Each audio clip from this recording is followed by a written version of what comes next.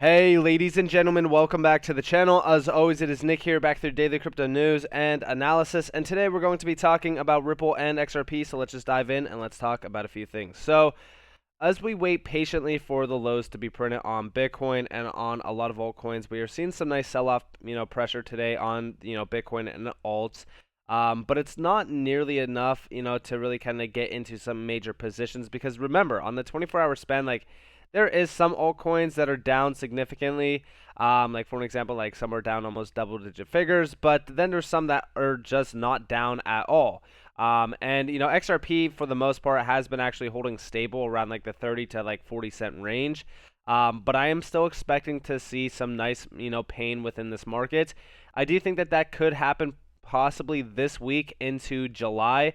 I'm definitely waiting patiently to buy. I still have a lot of stables in regards to like my exchanges. So I'm mostly in currently like USDC for an example, because that's like the only one that I really kind of trust at this point. But I'm just waiting for those buys to be targeted. I do have my buy orders in place. I'm waiting to buy the max pain, if you will. And those are like 8 positions I have been averaging in and accumulating, which I have been mentioning to you guys multiple times. But in regards to like the 7-day span, we are seeing USDC up 312%. But for the most part, like we've had some nice swing trade opportunities in regards to like the 1 week where some altcoins were up 20, 30, 40, 50%. Which is pretty significant. And these are also some of the tokens that you really want to eye when they do come back down and like test some nice lows. The ones that are up like the most, like for example, ENJ. I just recently mentioned ENJ. In regards to like the metaverse tokens and gaming tokens. Like this one is one that is, in my opinion, pretty special. Because at one point in time, this was trading at almost $5, and it's almost at a 10x opportunity. Just recently on the 3-month span, as you guys do see, like we came down to test like roughly the 38-cent range. That was like a perfect buy opportunity. But in regards to that, enough talking about altcoins and things. Let's jump into the SEC. So yesterday, or I should say last night, I made a video in regards to the SEC and really kind of talking to you guys about what's happening around the SEC. And today we got clear confirmation that the SEC is trying to, save face. We do see here the Ripple defendants have filed a letter opposing the SEC's continued efforts to seal its response to amnesty regarding the SEC's experts, stating that the SEC's arguments are on their face about shielding the SEC from public criticism. We actually do see here in regards to, the document. The SEC's proposed redactions have nothing to do with the purported safety concerns. Defendant's letter does not pose any meaningful risk. It does not even mention the expert's name. Rather, the SEC asked to seal 1, a description of an obvious flaw in the expert's methodology, 2, an argument highlighting an important inconsistency in the SEC's position regarding its sealing request, and 3, 2 substantive, arguments about the impropriety of the SEC's position. None of these proposed redactions reveals any sensitive facts about the expert. They are on their face about, shielding the SEC from public criticism. And to me, yeah, I mean, like when we really kind of look at what the SEC has been trying to do, they have been trying to, cover up, a ton of corruption from their agency. And, to me, it's just like they're trying to hide as much things from the public eye as possible. But the problem is, and this is why I actually respect, crypto and the crypto communities. The XRP community, for the longest time, has been uncovering the SEC's, nonsense and corruption. And this is why I respect a lot of these individuals in the space, specifically like James K. Fallon, Jeremy Hogan, etc. So I love to see it. Incredible. And it really does prove the fact that, like, listen, they are, trying to hide a ton of information. They're trying to save face, and they don't want the public to know about it. And also, just so that you guys know, in regards to where we currently are in this market, so, like, when we really kind of talk about regulations, I do think that it kind of scares a lot of individuals. For the longest time, I have been saying, like, regulations are nothing to, like, really kind of fear if you, really look at it. Yes, do I think that when we really kind of look at, institutions grabbing up, like, 50% plus of the tokens of a, asset, then it's time to, like, kind of fear things. But to me, we look at things here, and this is the Goldman Sachs crypto journey. So 2017, Bitcoin is a vehicle for fraudsters. 2018, Bitcoin is never coming back. 2020, Bitcoin is not a real asset. 2021, Bitcoin, to be offered to clients. And then 2022, raising $2 billion to buy Celsius assets. The funny thing about this is that this entire journey proves where we basically are in this market. It also proves the fact that like, crypto is here to stay. Like crypto is at the like I've always said like there's asset classes out there that will make, people incredibly rich. Crypto is an asset class that you want to be in and you never want to leave. I've said this even in regards to like bear markets. Like people like will be here, like early investors in regards to like crypto know exactly, the plan ahead. You stay here during the bear market, you accumulate the bottoms, and then you sell the tops. It's pretty simple, right? But then there's individuals that get into the game late, experience a downfall that we just recently seen, and they just think that crypto is a scam. And I understand that. I completely get where people are coming from. But in regards to this, like now is the best time to be in this market. And it's also the best time to take a step back and look at, crypto in a broad view to truly see where we are headed. And it doesn't take much to really kind of see where we are headed. Here's Ripple talking about, the evolution of cross-border payments, for example. And it's funny because I actually do respect this document in regards to the insights on actually how we make payments on a day-to-day basis. Like a lot of people will say like things are already digital, right? And I see this comment come up a lot in regards to like when I talk about cross-border payments or just like the financial markets themselves being disrupted by crypto. People are just like, well, we already are on a digital, economy. Like we have our bank accounts on our phone. We have PayPal, Venmo, Cash App, etc. But this is the issue, right? Everybody thinks that we are in a system where it's all digital and it's, it has been revolutionized by, technology, but it's not. In fact, we actually do see down here. So first off, they are mentioning a few things. So whenever an institution wants to move money, and I could actually zoom in for you guys because I know that this is a little bit hard to read. So we do see whenever an institution wants to move money, the institution sends a message to their correspondent bank in the desired foreign country, basically saying, I want to debit X from my bank and credit those funds locally to Y in order to pay out, an end beneficiary. In this system, funds aren't actually moving across borders in real time, but rather they are moving domestically within a country from someone who is holding local currency. This is the problem, right? And we do see, there are quite a few challenges with cross-border payments. The main bottleneck is that physical currency, fiat currency, does not travel well. Often it can be more efficient or even faster to take a bag of fiat currency on an airplane with you to a neighboring, country rather than try to send funds across borders.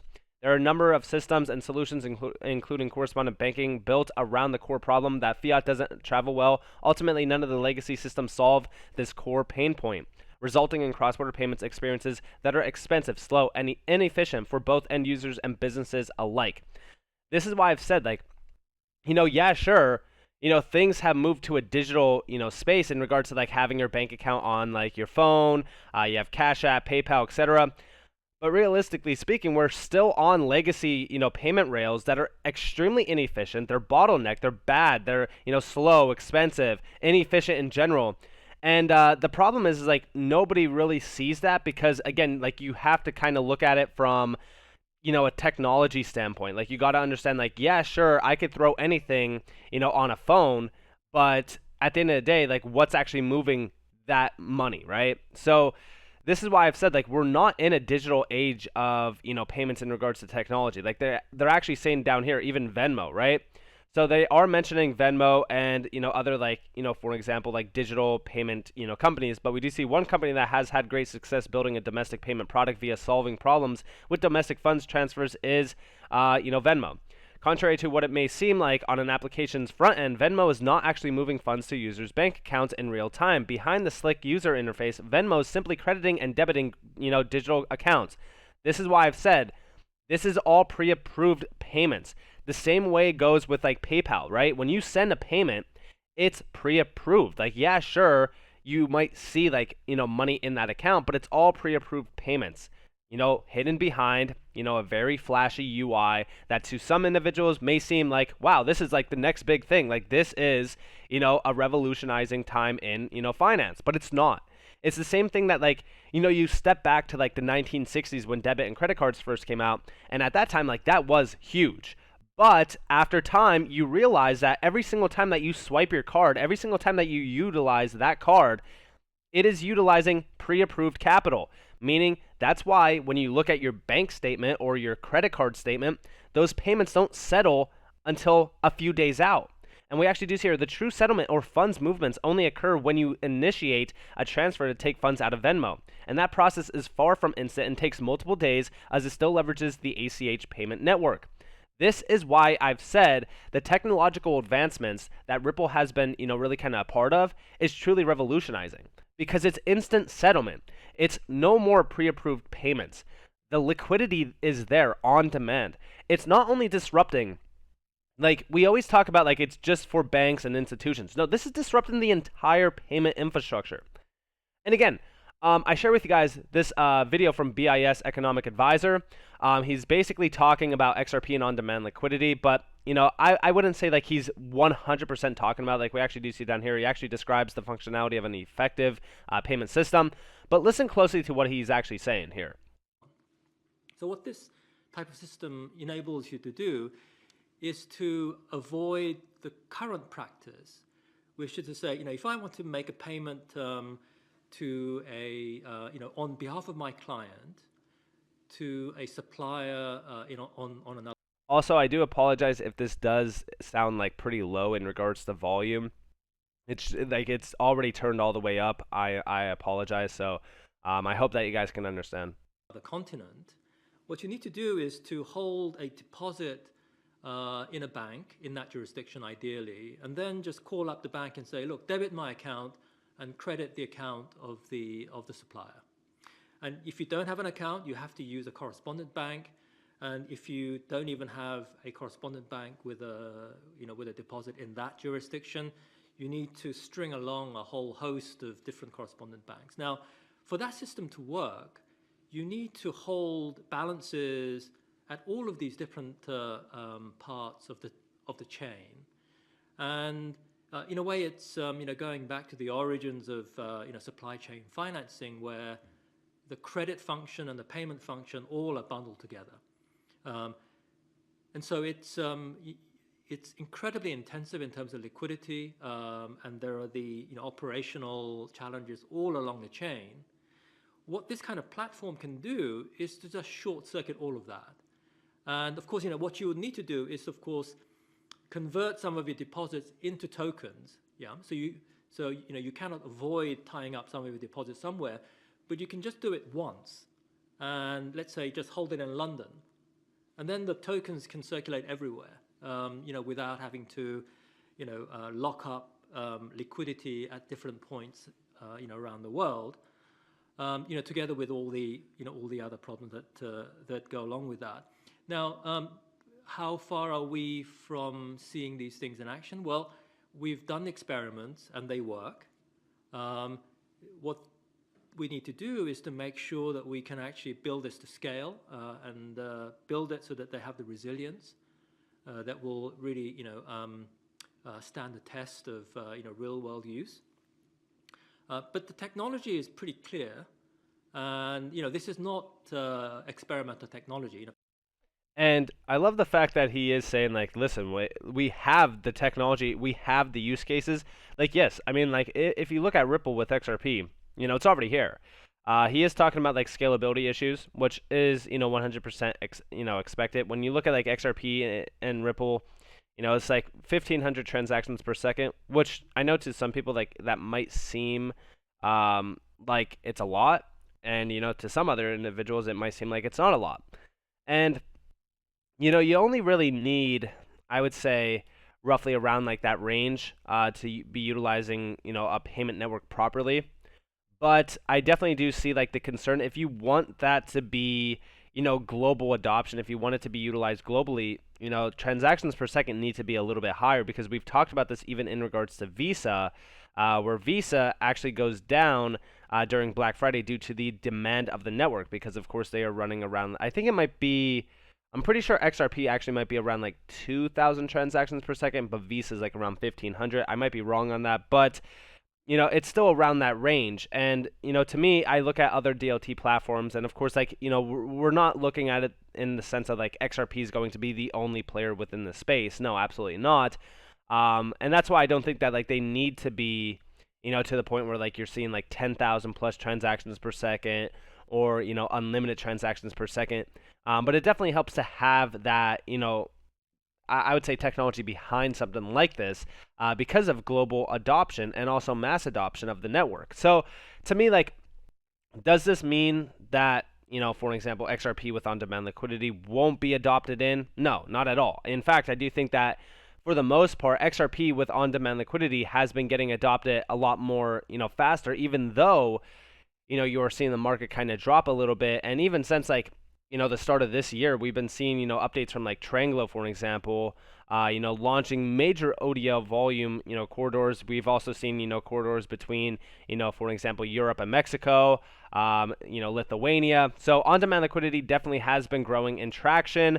I do believe that in regards to the on-demand liquidity solution with Ripple, I do think that this is a remarkable time to be not only invested into, ISO 222 tokens in general, because I do think that a lot of them have some great use case value behind them. But I also do think that it is a remarkable time to just be a part of crypto, because crypto at the end of the day, is solving a lot of these issues that we do see within the banking, system. But also, I do think that in regards to like modernizing, cross-border payments in general, in terms of like cross-border payment flows, I do think that that is, Ripple's specialty at the current moment in time. Yes, they are, going after liquidity, derivatives, etc. But when we really kind of look at the cross-border payment scene, like that's the only thing that we really need. And it depends on how greedy you are in regards to like, where you want XRP. But the cross-border payment scene, it's a $156 trillion market, expected to be worth $200 trillion plus by 2027. So again, when we really look at the scope of that, just imagine what XRP's value would be if we grasp like 1 to 5 to even 10% of that market. So with that in mind, I hope that you guys enjoyed this video. If you guys did, definitely leave a like, subscribe, turn notifications on if you guys want more free content. You guys are more than welcome to follow me on Twitter and join the free Discord down in the description below. As always, up to you all. Have a beautiful day or beautiful night wherever you guys are in this beautiful world. It's been Nick. Peace out, guys.